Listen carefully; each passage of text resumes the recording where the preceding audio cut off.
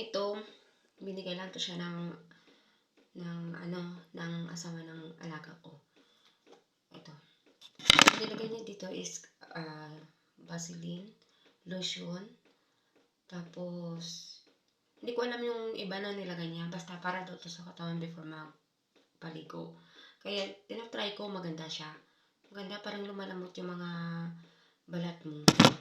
Kaya nilalagay ko siya bago maligo. Tapos tinanong ko siya, paano to ilagay? Tapos ganito, ganyan lang daw. Ganyan lang daw siya. Sinubukan ko rin siya. Parang ilang araw na rin siyang na-try ko. Ang ganda. Tapos yung kilikili ko na maitim. Tingnan mo.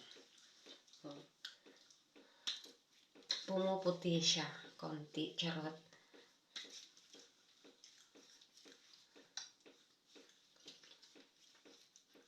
Maganda siya, guys. Tuwing nililigo kasi sila, ganito yung nilalagay nila. Nag-scrub sila.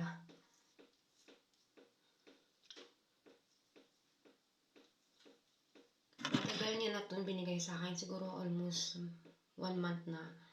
Tapos, tinanong ko yung amo ko. Sabi ko, ano to? Binigay kasi ng asawa ng anak mo. Sabi ko. Tapos sabi niya, nilalagay yan sa katawan bago ka maligo. Sabi niya, hindi mo ginagamit. Sabi ko, hindi. Sabi niya, subukan mo.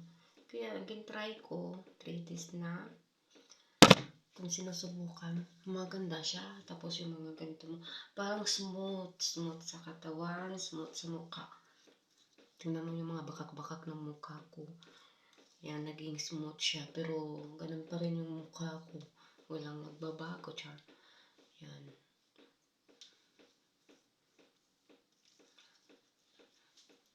Nung nilagay ko to siya sa mukha ko, ang ganda niya. Ang ganda.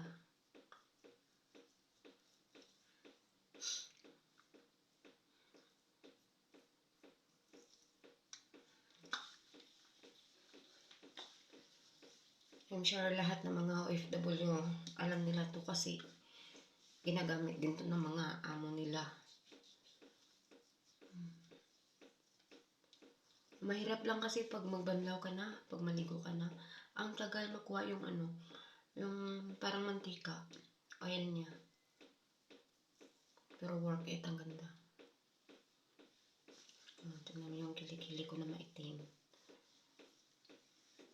10 minutes lang. Magbabad ako tapos mag-shower na ako.